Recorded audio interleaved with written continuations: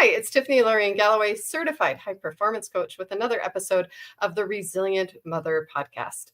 We are talking about resilient intuition, knowing how to trust your gut and trust yourself in the things that you do resiliently so that you can thrive in life for you and your kids. Today with me, I have Sandra Flees, and she is a sensory-based content creator and also a children's book author. So she works with children and their sensory. So I think this plays very well for motherhood. And we're going to give you some tips, tricks, and strategies on how to apply this in your life and for your family. Sandra, thank you for being here. Please tell us more about you. Thank you very much for having me. I'm a sensory-based learning digital content creator and children's author. And my work focuses mostly on promoting the benefits of sensory-based learning through music, nature, art, hands-on, many other creative outlets for children to explore and understand the world around them. I believe in the power of engaging multiple senses, try to foster creativity and resilience and love for learning in children. Just one second. My little guy is right here, as you can see. Just one second. I'll cut this. Okay, new spaces. So with the work that you do, how would you define resilience? Oh, that's a good question. I'd say for me, resilience is all about coming back stronger and more creative from challenges. There's value in seeing life from a child's perspective, and it's fascinating to witness how children learn from setbacks while they explore the world around them using their senses. They might struggle with coordination or, how to build a Lego block tower or getting that, science experiment, just right, that failed science experiment, but they don't give up. And despite their frustrations, they experiment with different approaches and they always come back with a new solution and they keep trying. And I think for me, that's the kind of resilience that I want to foster, the ability to just kind of learn from mistakes, adapt, and keep exploring. So I think the word that comes to mind for me is curiosity. yes. They never lose their curiosity. Instead of being discouraged by something, they're like, okay, well, that didn't work. So what will work? And I love seeing kids do that. And I don't know where along the way we as adults sometimes lose that. But if we can get tuned back into that, I definitely feel inspired by my kids and watching them as they've grown to learn to walk, get knocked down, get back up over and over again. And it reminds me, I can do the same thing. It's just different as an adult. We're doing different things on a bigger scale. Of course, there's bigger consequences, but it doesn't mean we can't figure it out. But if we can be curious about what will work, that makes the process a lot easier. I agree with you. I think that's right. Just taking from that example, it is a very similar approach that we can use as adults if we just utilize that same method and just really just having that determination and that persistence and not giving up and being flexible and adaptable and going along with things as they come up. So yeah, that's pretty much what it is to me. So thank you for being resilient with my little guy back and forth. Today we're in a new space, so we're learning new things. So you may see his image back and forth a little bit on this episode. So with that, what I'm wondering about is how intuition plays into all of this, curiosity and our sensory, because we need to learn how to trust our gut. And we hear that a lot when we talk about intuition. And to me, that talks about the senses and being grounded and being like within myself with the things that I'm doing and aware. How does that relate to the work that you're doing, or how would you define intuition? I think that there is definitely a link between sensory experiences and intuition. For one, sensory experiences are the building blocks of perception. And through, touch, taste, smell, all of our senses, we gather information about the world around us. And that data helps us to form connections and develop patterns and ultimately just build a foundation for intuition. I think intuition itself thrives on sensory experiences. If you think of just like, a child, exploring a natural trail and they feel the rough bark of the tree, or they smell the flowers or the pine needles, and they can hear the birds. These kinds of sensory experiences create a variety of information that can inform their intuition about the environment that's around them. And you were speaking of gut instincts, and I think you know sensory learning, sensory play. I think it's a way for children to develop their intuition in a safe and supportive environment. It encourages them to explore and make those connections between their observations, and to help them build their trust in their gut instincts. And if we can start that at a younger age, the better they'll be able to go back to that and develop those skills. How do we do that in a world that is very digital? And in some cases, we try to limit the devices. We do, but how can you encourage and emphasize with parents the importance of sensory when it comes to child development? Because it's very essential to some of the very building blocks that children are experiencing that a screen just cannot replace. I think you're right. It's the exploration itself of utilizing screen time play or learning. It helps to foster a sense of trust in a child's own perceptions, which can translate into stronger intuition for life. And it's very important that we do have those moments of natural play and natural learning and hands-on activities and science experiments and tactile learning, things that allow children to be able to learn from the environment around them and not just be focused on a screen all the time. And it's also very important that parents get involved with that with their children as well. And I think that can encourage children off of the screens a lot of times, is when the parents are also very involved with their children, with the learning. It's not, sensory learning is not just, here's some things that you do on your own. There's a lot of, collaboration between parent and child when you're doing that kind of learning, because, it's something that requires sometimes team effort, and sometimes with other children, but sometimes just, with the parents as well. So. And I think you hit on something else there that's important in our day and age, and that's having some open space or some unstructured time so that there's curiosity and there's options and there's choices versus a very full, very set schedule. Structure is important, boundaries are important, but it can be overdone too. How do you feel about that? I think that's actually very true. I think we're a homeschooling family ourselves, and we have my son has a very unique learning style, and that's one of the reasons I approached the sensory-based learning methods with him. And I think it requires you to be very flexible. It requires you to have a very to be adaptable, but it offers a tailored approach to your education, because not everyone learns in the same way. Everyone learns in the same methods, and it's that approach that cultivates an environment where they can thrive academically, but also addressing their emotional and mental well-being and their different learning style that suit their needs. I love that you talked about different learning styles. I see that's very key to being resilient, is just understanding that everybody learns in different ways, whether it's kinesthetic, whether it's auditory, whether it's tactile. And our school system, in not all cases, is sensitive to that. So I myself have been public schooled, homeschooled, and private schooled. I've seen the good, bad, and the ugly of each one. And so much of it comes down to just doing what's right for the individual and the child. And I'm glad to hear that sensory play is an option. For what age is the sensory play appropriate? Is it for everyone, or is there a certain age group that it's more appropriate for? I've been asked that quite a lot. And I think the perception of sensory learning and sensory play, and that's why I say it's more of a sensory-based learning approach. I think the perception is that it's just for young children, but sensory learning is for all ages, honestly, because you're utilizing different methods, audio, tactile.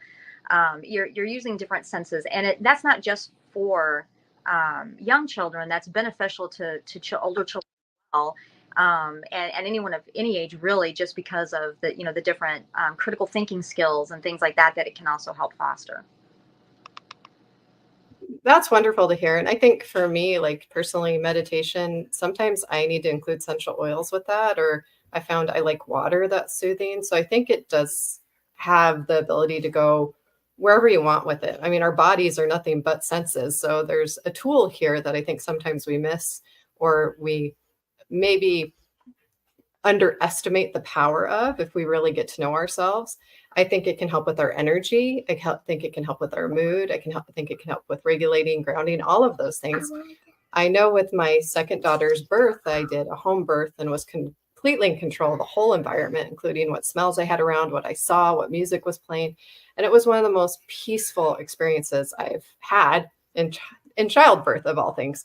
And so I think some of it is knowing that we can create things through our senses, and we can do that through environment, or we can do that through the activity that we're doing, both of which, if we pay attention to our kids, what they thrive in, what's best for them and for ourselves, we can create a real home environment that is really a place where children can be resilient and they can thrive. That's exactly right. I believe that too. I think you were just mentioning, how you used it for a calming, for yourself for calming during childbirth. And that's the thing is that I like about it is sensory activities can be calming and engaging. They're great for focus breaks during work as well. So it translates into things that you can use into adulthood. It's not just this is something that gives gives children building blocks to use as they get older. And you can incorporate any sensory elements into any part of your education, whether that's math or science or reading or anything can become something that you can utilize with a different sense. And I think it's a very important part that of our learning that children really do need to be able to to encompass. So. And I think like learning, there may be a sense that's more sensitive to each individual, depending on what it is. Maybe sound is more soothing for them, or touch is more soothing for them. Just like learning, I know mine too are physical and visual, and then auditory. They kind of go back and forth depending on what the activities I'm doing, obviously. Like exercise is very kinesthetic versus music is very auditory. But yet I know I need those two together for myself. But I think that's true for each kid, and it might be true for each person's senses. Like what's the go-to for the quick response for you? What's the most soothing, or what energizes you the most? Do you find that to be true in the work that you do? And that's the thing that's great about it is my son is his sensory learning style ebbs and flows depending on the day, which is what's nice is we can tailor that to fit how his mood is in that moment. There's some days where he is much more of a tactile learner. He wants to be really hands-on. He wants to touch things. He wants visually appealing, things. There are times that he learns best by listening. There's different types of subjects he learns best by either touching or listening or maybe moving and using his gross motor skills. So yeah, I would definitely say that. Yeah, it's I like that we can change it up depending on how he's feeling that day or the subject and how he learns best in each subject. Well, and it sounds like you've really learned to trust your intuition as a mother. What advice would you give to somebody who maybe hasn't learned how to trust that intuition as a mom of what's best for each kid or for herself yet, so that she can start creating that environment for her family and her home? Wow, that's a good question. I'd say that if you're trying to learn to trust your own intuition, I think patience with yourself is a big one. Just learning to trust your gut instincts, learning to and the days are not going to be perfect. As I like to think of our sensory learning for us in our homeschool as a beautiful mess, so to speak, because it is it is messy. It's not perfect. Our days are not going to be 100% picture perfect like we want it to be. But you have to trust that you feel like you're doing what's best for your family and your child. And, I think that's a part of it is, at the end of the day, you have to look and say, what are they gaining out of this? And, what benefits am I seeing? And yeah, today we might have had, our art supplies might have, spilled all over the table, but, that also is an opportunity for, learning how to mix colors. You just have to change that around and say, today was the day we learned how to mix colors. They learned how to clean up after themselves. And we took that and we turned it around and we made it into something different. And, it may not be perfect. It may not be exactly what you wanted, but you have to trust yourself and say, what is my child getting out of this? What benefits am I seeing? And I know that I'm creating the building blocks for something better as they grow. What examples do you have of your children that have been beneficial from these practices, not just with homeschooling, but your sensory work? What has been something that maybe surprised you or that you caught them doing because they've seen you do it? I would say, for my son, I think I've seen him be able to, step back and analyze things, and use, his more, critical thinking skills that have surprised me that I thought he might do. I've seen him step back and, he'll like to go outside and look at things, and then he'll mention things to me like, oh, I could be able to do this, and that would be calming for me. I can do this, and that is something that would allow me to learn this better. He starting to recognize his own learning style. He'll tell me like, I don't like listening. I don't like that subject when I'm listening to it. I'd rather build with that, or I'd rather touch something. And I think that has been, interesting for me to see, because he's starting to be able to advocate for himself and his own learning style and methods that work best for him, just based off of us trying different sensory based approaches. And, I think that is going to help him, further in life, being able to recognize what suits him the best, what is his best method for approaching work, just, play, work, anything in life as he gets older. I love that approach, because I think often we think kids don't have a voice, but they need to develop it, or else they can't develop their intuition. They have no way to express that feels right for me or that feels wrong for me. I feel that's a very important thing, especially in a world today with so many voices that want to tell someone who to be and what to be, how to learn, and outside validation versus having the ability to give themselves the inside validation of, no, I know this works for me. And that's fine. I'm unique. I'm a special individual, and I'm allowed to know what works for me, and I'm allowed to put boundaries around what allows me to thrive. And I know what that looks like. And nobody else really even has to know that, because we have to live with ourselves for our entire life. And isn't that what we're trying to do, is teach our child how to be independent, how to have resilience, and how to be resourceful so that they can have a thriving life, maybe even a life better than we had. And I think the senses are something that they get to take with them. So why not give them the toolkit, and why not give them the experience to figure out those things now so they can take it into adulthood, just like you talked about? That's exactly right. I think, for myself, it took me a while to learn things that worked best for me. And I wanted to be able to give that to my son early on, so he didn't have to try and figure that out later when he became an adult. I wanted him to be able to have those tools in his toolbox now.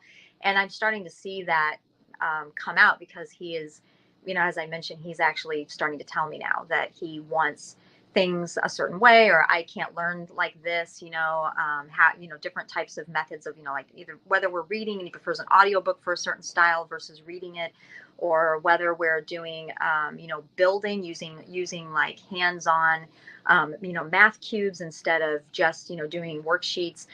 He can tell me now, this is the way I learn this subject better. And I like that, because I know that going forward into adulthood, he can just better advocate for himself.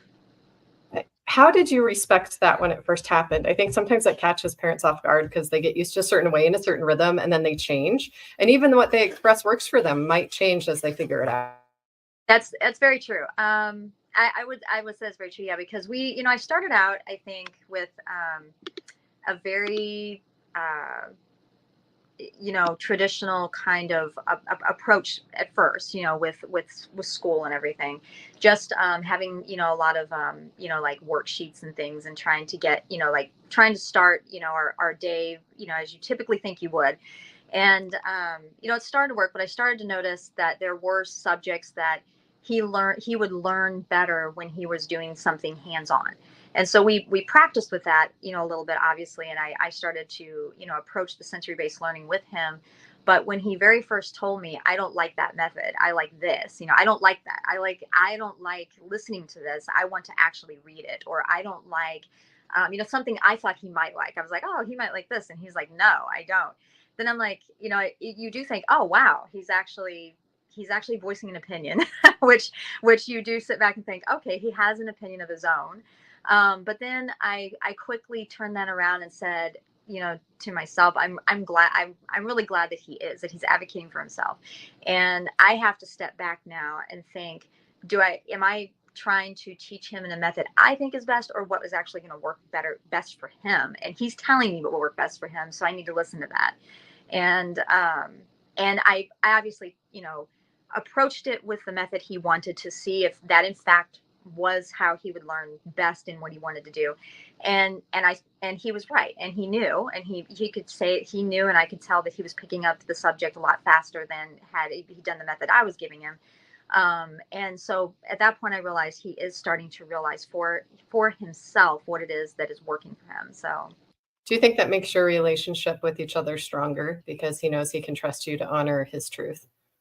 I really do. I always try to stress, with my son, that I want him to have his own opinions. I want him to form his opinions of things and advocate for himself on things he likes or doesn't like. I don't want to force him to do something.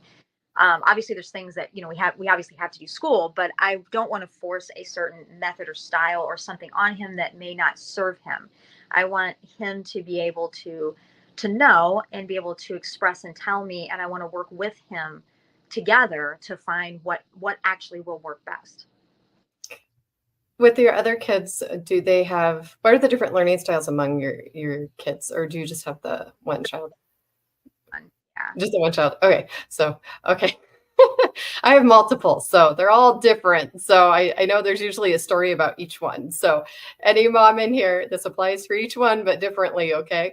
So, but it's the same thing. You're raising an individual and you're honoring who they are and who they can be. And the more we can do to give them the tools to reach their full potential, the better we feel as mothers that we've done our part. And along the way, we have to let go a little bit at times. And that tears at our heart a little bit because they come to us so innocent and so dependent on us. And then they wean themselves away. But that's the point. And that's supposed to be part of the journey. And if we can accept that, I think that makes it a little bit easier, but also knowing that if we can build the relationship at a deep level through these teachings, through honoring who they are, honoring their voice, their intuition will always be to come back to their mom, who they know has the best of interest for them and will always be there to love them. What brought you into sensory? We've talked about it a lot, but when did you decide to go into that? When I noticed that my son has had a different learning style, there were subjects that my son was excelling, really, really high in. The level of learning was, the subjects that we were learning were different, and I noticed that some of the ways that I was approaching the learning in those subjects were the ones that he was growing in. And I was like, something's a little different about this. And so, I would just kind of like practice doing different techniques with some of the subjects that he did. And I realized, there's some approaches here that are working. Like, we would try, with math, for instance. With math, my son actually likes worksheets as well as building and creating things and doing math through different Lego builds and things like that. But there were other subjects like with reading or language arts or science. He likes to learn about it, but I noticed he really liked to be hands-on. And when we were just listening about it, he would kind of tune it out. But when we would do hands-on activities and he would see it visually, he started to really take an interest in Excel. And I was like, I think there's something to this. So I started to practice with different styles and different subjects. And then I realized, I really like this approach a lot. And that's kind of where that came from. So. And then from there, you decided to help others beyond your son. I did. It actually, I started out just kind of like doing posts on Instagram, just kind of like, oh, here's our daily, like what we do kind of thing. Like some interest about, what is this that you're doing? Like, what can you explain a little bit more about it? I'd get, people message me or whatever. And I started to think, maybe I should, like actually provide more information on this. And as I learned more about it, I decided, I saw that how it helped my son with learning. And I thought, I would mention to other people and they would tell me like, oh, that was really a good method that really worked for my child as well. And I thought, I really like this. I started researching a little bit more about it. I was, I did a lot of, looking into the benefits and, what actually you can do, how to use it in, education. And I thought, maybe this might be time to kind of try and share this a little bit with other people, and hopefully they can gain something from it, and that there are alternatives out there. It's not just the same rigid learning styles that are there, but maybe they can actually, get some information and some insight. I love that anyone who takes their message, or what they've learned, and they're willing to share it with others, it makes the world a better place and gives us the opportunity to connect and to get the help that we need that maybe we couldn't find somewhere else. We're often the answer to somebody else's prayer who's just waiting for us to show up. And there's got to be other parents out there that have realized my child learns differently. And instead of seeing that as a challenge, just as like, oh, well, look, Sandra's doing it, I can do it. Or here's a resource and someone who's done the work and can help me and help my child. Resilient Mother podcast is about to create support for mothers, to create a network of different people who have different challenges that they've overcome as a mother, or different things that they have to share that may help and benefit someone else. Because if we can have more resilient mothers, we can have a resilient next generation, and the world would be a better place for it. Thank you for sharing your gifts and your stories with us today, especially about your son and the great dedication you have to helping him through sensory work. If you're interested in more sensory work and you would like to work with Sandra, she's going to share now where you can find her and work with her. Yes, all of my social handles are CF Early Learning. That's on every social media outlet that I have right now. So. Great. And we'll have those links somewhere here. I promise somewhere it will be here. And you'll be able to connect with Sandra that way. If you'd like to be a guest on the Resilient Mother podcast, reach out to me. We're still recording for a few more months at the end of the year. And I'm in my new space, adjusting, as you see at this point. And so thank you for being patient through this episode with me and my son. And I love celebrating your son as well. All right. Thank you, audience, for being here. We'll see you at the next episode of the Resilient Mother podcast. I believe in you, believe in yourself, and God bless.